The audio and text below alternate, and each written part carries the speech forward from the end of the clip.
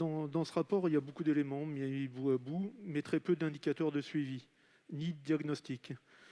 Or, comment penser une orientation, une stratégie efficace, sans avoir une idée concrète de la situation? Où sont les objectifs et les défis à relever? Si nous sommes globalement d'accord avec les 15 actions phares proposées en page 5, nous pensons, comme nous l'avions indiqué lors du dernier conseil municipal de Narbonne, que la notion de développement durable est une vision obsolète, une vision du monde d'avant qui ne se situe que dans la notion de développement, de croissance économique, à l'image de l'illustration de l'édito du rapport.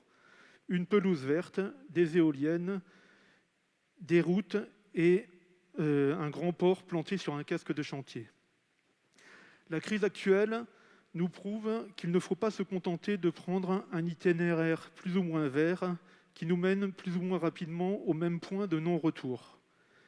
Le développement ne peut être durable à long terme et à l'échelle de la planète avec les sacro-saints critères de croissance économique.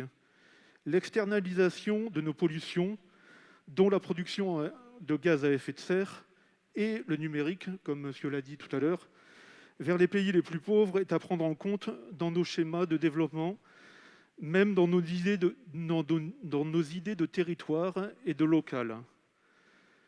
Nous fonctionnons sur des erreurs, ceux des prix les plus bas, de l'accumulation, oubliant ce qui fait notre humanité, les relations, la culture, la convivialité et l'éducation.